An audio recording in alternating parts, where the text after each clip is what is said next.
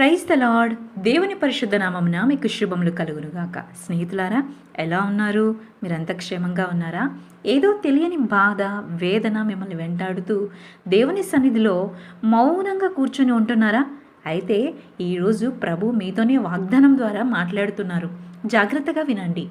యెహోవా తన్ను వెదుకువారి ఎడల ఆయన దయచూపువాడు. విలాపవాక్యములు 3వ అధ్యాయము 25వ వచనం. స్నేహితులారా, ఈ యొక్క వాగ్దానం ద్వారా దేవుడు మనల్ని ధైర్యపరిచి నడిపించులాగున చిన్న ప్రార్థన చేసుకుందాం.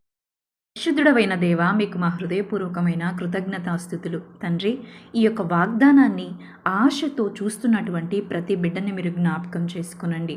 ప్రభువా, నీ సన్నిధానంలో మౌనముగా రోధిస్తూ నిన్ను వెదుకుతూ ఉన్నారు.